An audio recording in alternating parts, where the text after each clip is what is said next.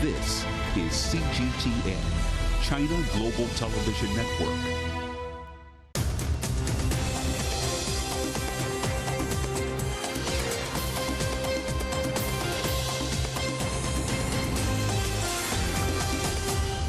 Live from London, this is The World Today. Hello, I'm Jamie Owen. Welcome to the program. Our top stories. Ukraine says at least 10 people, including 4 children, have been killed as Russian missiles hit a crowded pizza restaurant in the city of Kramatorsk.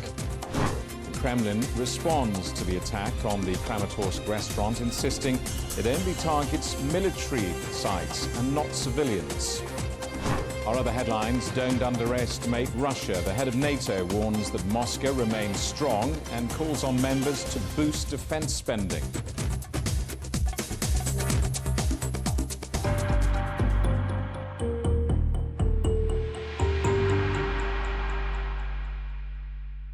Ukraine says at least 10 people, including 4 children, have been killed by Russian missiles which struck a crowded restaurant and nearby shopping area in Kramatorsk. The city in the Donetsk region is under Ukrainian control but lies close to Russian-occupied parts of the country.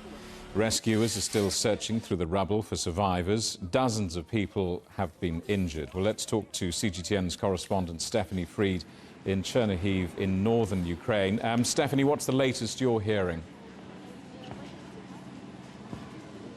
Much of what you've said, Jamie, is what I'm hearing as well. The people that were killed, 10, including children, dozens that were injured in that strike on the commercial center and the pizza restaurant in Kramatorsk. There's speculation, although the Kremlin is saying it's not so, there's speculation that it was a targeted hit. And the reason for that is, from the intel sources that I'm speaking with, the hit was attributed to an Iskander missile. Russia hasn't used a lot of those in this current campaign. What they are using is a lot less precise. This is more precise, more accurate, and so that has lent itself to the speculation. And as you noted, it was crowded, packed. I can say we were there a few months ago in the restaurant. Every time we tried to get in, we couldn't because it was packed with civilians, with families. So right now, yes, they're still looking for people, still going through the rubble, considered quite devastating to the people of Kramatorsk. Stephanie, we're seeing reports that Ukrainian forces have crossed the Dnepro River and retaken territory on the left bank of Kherson province. Right, and the same intel sources that I'm speaking with have said that just as much. And that is, although it's incremental symbolically and in terms of gaining ground, of Russian-controlled ground, it's huge. There's also reports that Ukraine forces have moved even further south, past beyond the bridge, and they've moved to a town, one of the first towns in the Russian-controlled area, over past the other side of the Dnieper. And why is that important? Because Kherson, that whole area, and the areas controlled by Russia, they present basically a corridor that leads eventually to Crimea that was annexed by Russia years ago. This is an aim for Ukraine's forces, but this is really a drop in the proverbial sea right now. So yes, we're getting the same reports here. Stephanie, thank you for that. Our correspondent Stephanie Fried in northern Ukraine. Well, the Kremlin has responded to that attack on the Kramatorsk restaurant, saying Russia doesn't target civilians. Let's talk to our correspondent Dasha Chernyshova in Moscow. Dasha, tell us more about this response from Moscow.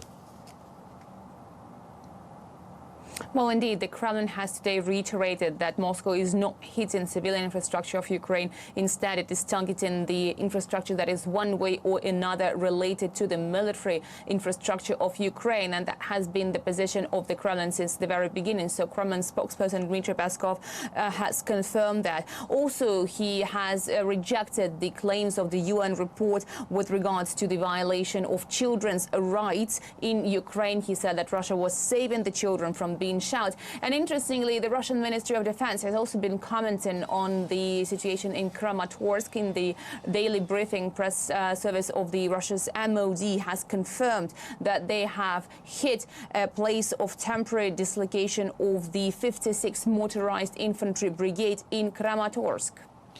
The Kremlin has also been commenting on these reports that a senior Russian general had some prior knowledge about the weekend's Wagner mutiny. What more can you tell us? Well, indeed, Kremlin spokesperson Dmitry Peskov was asked directly about those reports and dismissed them as gossip. He said there will be a lot of speculation, gossip and so on around those events. He said that was most likely yet another example of that. But of course, we are hearing a lot now from the Russian leadership about what's going to happen next, because these are the questions that the Russians are worried. So now we understand that the Wagner Group will have an opportunity to go to Belarus, as they are doing, with Yevgeny Prigozhin already confirmed to be there. But also, it's unclear what will happen in Russia when it comes to the legislation of the private military companies. So at the moment, we understand that the Russian authorities are discussing whether there have to be changes for the Russian legislation to make sure that those companies are not operating in the grey zone. Dasha, thank you for that. Our correspondent Dasha Chernyshova in Moscow. Well, NATO's Secretary-General says the alliance must not underestimate Russia, despite the apparent instability caused by the turmoil at the weekend. Jens Stoltenberg says NATO needs to be strengthened, outlining key objectives for a summit in Lithuania in 2 weeks' time. We need to step up even more. At the summit, we will agree a multi-year package of assistance and upgrade our political ties with Ukraine. We will agree on a more ambitious defence investment pledge with 2% of GDP as the floor, not the ceiling. I have called another meeting of senior officials from Turkey, Sweden and Finland next Thursday. The time is now to welcome Sweden as a full member of NATO. The French President Emmanuel Macron has called the fatal shooting of a teenage boy by police officers inexplicable and unforgivable. Some of the country's highest-profile footballers have also condemned the shooting. Protesters on Tuesday night set cars and rubbish bins alight, clashing with the police in a number of suburbs. Dozens of people were arrested. Prosecutors have opened a murder investigation after a video was shared on social media showing two officers stopping a car driven by the 17-year-old and then shooting into it. Sierra Leone's President, Julius Maada Bio, has won a second term in office, securing more than 56% of Saturday's vote. He narrowly defeated a runoff against his main challenger, Sumuro Kamara, who has rejected the election results, alleging a lack of transparency. Artillery fire and clashes have been reported in Sudan's capital, despite a ceasefire between the Sudanese army and rival paramilitary rapid support forces for the Muslim holiday of Eid. The head of Sudan's army has also called for the mass mobilization of young men to support his forces. The trial of the Oscar-winning actor Kevin Spacey has begun in London. The 63-year-old has pleaded not guilty to 12 charges of sexual assault and indecent assault involving 4 men in alleged incidents between 2001 and 2013. The jurors have been sworn in, with opening arguments due to begin on Friday. The trial is expected to last 4 weeks. You're watching CGTN. Still ahead, the rain in Spain no longer falls on the plain. Temperatures rise as high as 44 degrees in the first heat wave of this year.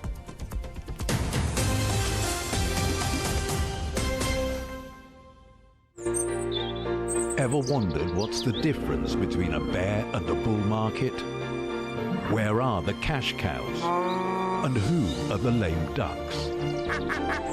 And what exactly are black swans? Grey rhinos? And unicorn companies? Make sense of it all with Global Business, only on CGTN. There's a new agenda for a new world, accelerating change in almost every part of our lives. It's shifting the norms of how we work, travel, and connect. How we think, interact, and develop. It's a new reality, a new agenda with me, Juliet Mann.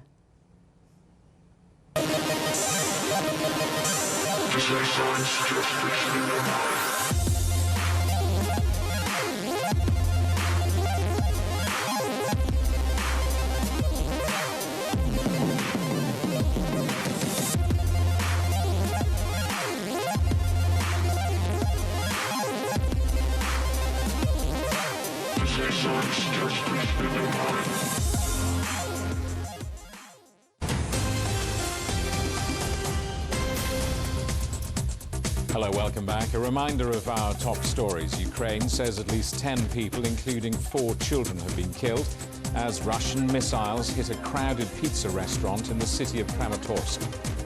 The Kremlin responds to the attack on the Kramatorsk restaurant, insisting it only targets military sites, not civilians.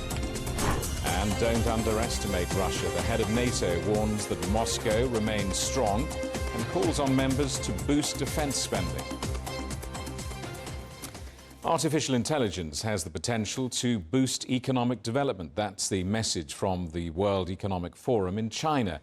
Global debts, China's blueprint for digitalization and climate financing have also been on the agenda. The Chinese premier called on all countries to work together at the opening of this meeting, which is also known as the Summer Davos. Well, CGTN's correspondent Lily Leo reports. It is day 2 at the Summer Davos 2023, and many panel discussions today are centered around topics relating to climate change, green technology, and sustainable development. Well, what is more important is that we are seeing this discussion goes beyond words. The forum has witnessed the introduction of a number of reports and initiatives. For instance, more than 50 CEOs joined the WEF's New Airports of Tomorrow initiative, and this aims to transform airports into clean energy hubs, which is part of the efforts to enable net zero aviation. And the forum launched a new report outlining a roadmap for China to develop its market for green hydrogen, which is a key enabler for the country to deliver on its carbon neutrality objective. And the report proposes 35 enabling measures to tackle current challenges in that field, and they will be executed in 3 phases from now until year 2030. And the task force on green value chains for China was launched at this year's annual meeting of New Champions. Well, it aims to encourage global supply chain actors who enter the China market to alleviate deforestation caused by soybeans, palm oil, beef, pulp and paper, and other commodities. Market leaders operating in China, including China Mengniu Dairy, L'Oreal, and Nestle, have signed up to that task force. All this is great because it aims to bring words down to actions. China and New Zealand have signed agreements to strengthen trade and expand cooperation during a visit by Prime Minister Chris Hipkins to Beijing. Matthew Talbot is General Manager for Alliance, one of New Zealand's largest beef and sheep meat exporters. New Zealand and China have forged a close economic relationship over many years, and this visit has cemented the strength of that relationship. The visit is a great opportunity to raise the profile of premium lamb and beef and our brands Pure South Lamb, our beef and our venison among Chinese consumers. Alliance Group and our in-market partner Grand Farm, we signed a memorandum of understanding in the presence of Prime Minister Hipkins. And this agreement outlines a significant opportunity for us to expand the presence of our products further into the southern provinces of China, namely in Shanghai and Hainan. And China has been diversifying its sources of meat imports. In what way do you think New Zealand can do or should do to maintain its competitiveness? Look, China will remain one of New Zealand's most important trading partners. There's no doubt about that, just by virtue of the scale and the geographical location. Our agreement with Grand Farm is an important milestone in our program to strengthen our presence in China. We're looking forward to introducing our premium brands. We have Pure South, Celea Lumina, and Handpicked product ranges that will appeal to a broader base of Chinese consumers across multiple channels. And Matthew, what role do you see the New Zealand-China Free Trade Agreement will play in facilitating trade between the two countries? And in what way do you think the agreement will help you as a meat exporter with a business? We've signed a China-NZ FTA, which has provided benefits for the red meat sector since 2008. And look, exports subsequent to that signing have grown from around 600 million to 4 billion per annum. So look, this meeting of governments is just an opportunity for us to reinforce the importance of the trade relationship between the countries. It's removed a level of administration and paperwork.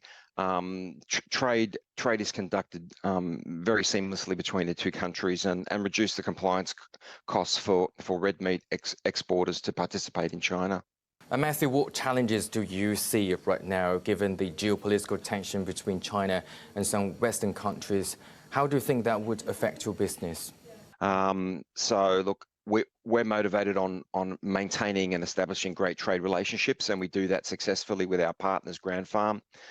We've been trading with them for 25 years. So geopolitical tensions aside, we maintain a strong trading relationship and maintain ambivalence around geopolitical tensions, which is the right thing to do. Spain's first heat wave of this year saw temperatures rise as high as 44 degrees. Special measures have now been brought in to try to help the country adapt to this new era of extreme weather. Our correspondent Ken Brown explains. Red alerts raised in Madrid, Cordoba and Seville as Spain sizzles in its first summer heat wave, with temperatures reaching as high as 44 degrees.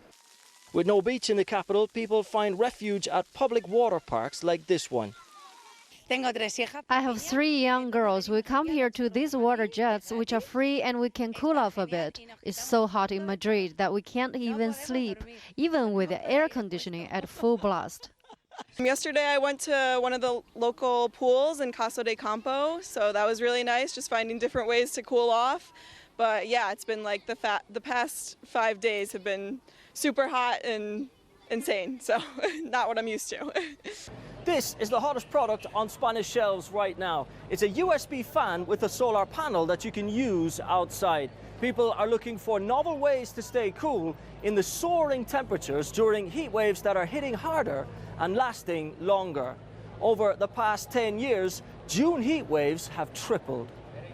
The heat can have deadly consequences. On Monday, a 47-year-old man died while ploughing a field in a town in Seville.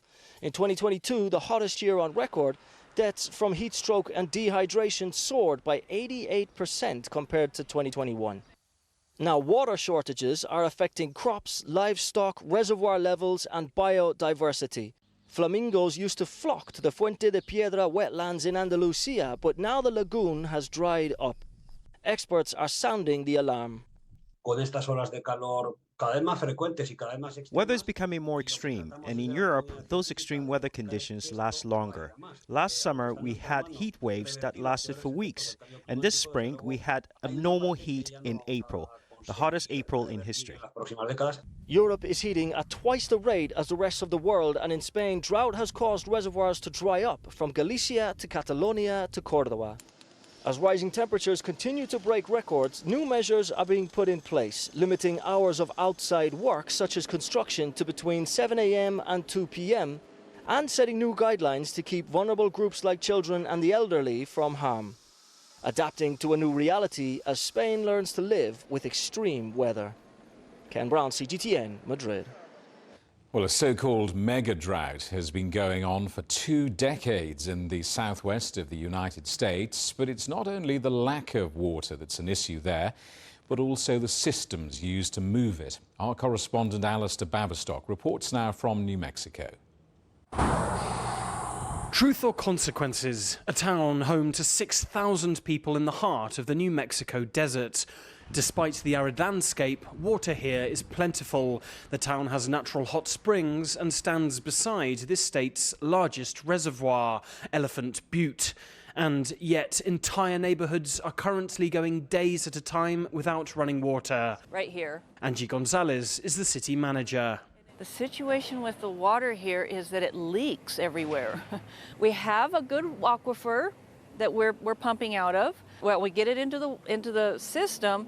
The water line is so old that it just leaks. The town's antiquated water infrastructure, some of it nearly a century old, is losing a lot of its load. According to local officials, leaky pipes in Truth or Consequences lost more than 40% of the town's total water supply last year. Nearly 760 million litres of water in a region struggling with worsening drought. It's an issue across town. You know, like just standing here in this alleyway, there's a leak there, down there, one over there. And this is in one space, so if you actually kind of cruise around, you'll see them, so. Whenever there is a water leak, we have to close the water off to the businesses. You close the water off to the hospital and to the schools. We have to move the patients to Las Cruces and to El Paso. The schools have to be dismissed for the day. The businesses, they lose revenue. Businesses lose revenue. City loses revenue. And it's just all because of these water leaks. When leaks spring up, Arnie Castaneda is the man to call. We've got a list of about 30 leaks in town, this one being one of them. So what we do is we just come in here, we dig it up, we put a Band-Aid on it, and we move on to the next one. The ideal thing would to replace the whole line and get rid of all the leaks. But I do not have that amount of money. Indeed, funding is a major issue. Are you looking at your water department right now? Yes, sir. Andrew Curry is currently the city's only water maintenance man. In the desert, you need water, and people are really mad when you don't have their water set up. I'm the only person. Every time we fix one, another one pops up, so for lack of a better term, we're drowning. The city manager says the town needs $20 million to fix its water problem, but it's by no means the only town struggling. The American Society of Civil Engineers estimates the US loses over 20 billion litres of treated water a day to failing infrastructure, a situation that needs solutions as the global climate changes. Alistair Baverstock, CGTN, Truth or Consequences, New Mexico. Well, let's stay in the US because San Francisco is struggling to regain its shine after the COVID pandemic. The new popularity of hybrid working, home working, has emptied the Golden Gate City's offices and starved businesses of customers. Experts now fear the city could be heading into a so-called urban doom loop. Our correspondent Mark New reports. San Francisco has the worst downtown recovery rate among large cities in North America since the COVID-19 pandemic, according to a University of Toronto report. In June, the owner of Westfield San Francisco Center said it was handing the shopping mall back to its lender after a mass exodus of retailers. In the same month, the investment firm that owns both a Hilton and Park 55 hotel in San Francisco said it was ceasing payments on a $725 million loan. The CEO cited office vacancies and street conditions as two major factors. And just behind me, a flagship AT&T San Francisco store is set to close in August. In fact, research from the real estate firm Savills found that U.S. cities are most at risk of having surplus office space in the coming decade. At the top of that list, San Francisco. With office vacancy rates around 30%, some academics and business leaders have cited the potential for what's called a doom loop. That's a cycle of office vacancies, lower tax revenue, and cuts in city services, leading to increased crime and homelessness. What people are feeling out on the street is absolutely real, and absolutely we have a vulnerable population that we need to get into safe, secure housing and provide services. But when we are looking at facts and data, we do know that San Francisco is actually one of the safer big cities in the United States. San Francisco's mayor has put forth legislation to ease rules to turn vacant office space into housing. Maybe we're converting some of these office building into new homes for people. We're going to see that vibrancy, we're going to see that excitement, we're going to see that enthusiasm to shop, wine, and dine in San Francisco. But all across town, places for whining and dining are now empty spaces. What we have right now is being up and down. Usually, I think most people working from home still. So if the people don't come to work, then we don't have business. Kachanok has reduced kitchen staff from 5 to 2 people. She's not confident business will ever return to the way it once was. I think people are afraid to invest because they don't know whether they're going to make it to make a profit for doing that, because you cannot tell if the people coming back to work. She also says there's been a drop in tourists, though the ones we spoke to were pleasantly surprised by San Francisco. It's really clean. I think it's actually really clean for a big city. When we told people we're going to San Francisco, the most overwhelming response was, ew, why do you want to go there? So not as bad as we thought. I'm glad that we came. I was a little nervous about coming and even thought about canceling our trip. But we did a couple of tours with a couple of tour companies and they were great. Have a great day. Mark New, CGTN, San Francisco. The smoke from Canada's wildfires has crossed the Atlantic Ocean and reached Europe, with countries including Spain reporting darkened skies. This all comes as the EU's Atmospheric Monitoring Service says the fires burning in Canada have released a record 160 million tonnes of carbon. The smoke has already affected parts of North America, with authorities saying Chicago had the worst air quality of anywhere in the world. Thousands of people have been hospitalized in Iran due to severe sandstorms. Cities in Balochistan and Sistan provinces are worst affected, having been hit by strong winds. The storms are expected to last until the weekend. People with health conditions are being warned to stay indoors. France says it's ended a wave of bird flu outbreaks after culling 10 million birds this season alone. The Farm Ministry will launch a vaccination against the virus later this year. France was one of the worst hit EU countries, with hundreds of millions of birds killed in the last 2 years.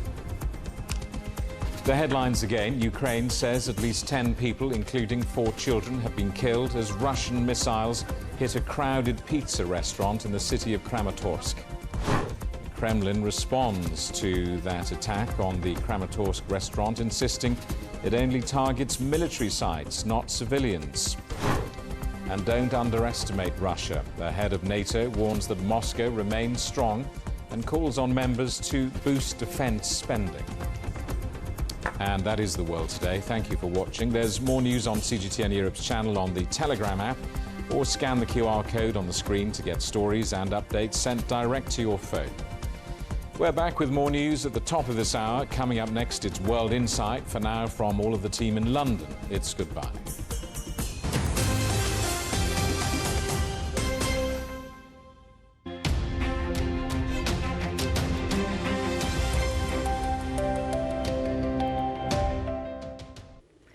Hello and welcome to the weather forecast. I'm Tierney. Roll over to Europe. Quite a lot of rain is in store here for a vast majority of the continent over the next couple of days. Most of them will be in the form of some light to moderate intensity of rain. And despite of some precipitations, and the majority of the central portion of Europe will remain seeing the high temperatures being well above the average level over the next few days possibly. And notice here for the majority of Ireland and UK will also experience a round of warmer temperatures as we head into the latter portion of this week. And actually the Met Office in UK has officially announced a provisionally hottest June on record is on track to happen this year, and with the mean temperatures of each and every day here in UK surpassing the average numbers. So please take necessary precautions and be well prepared for the upcoming hot temperatures.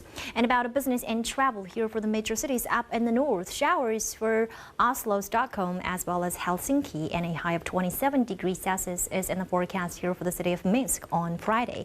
And for other major cities here across western portion of Europe, Paris will see chance of showers, and pretty hot here in Madrid with high temperatures hit 33 degrees Celsius mark this Friday with plenty of sunshine. And that is all from me. Stay tuned for more city forecast.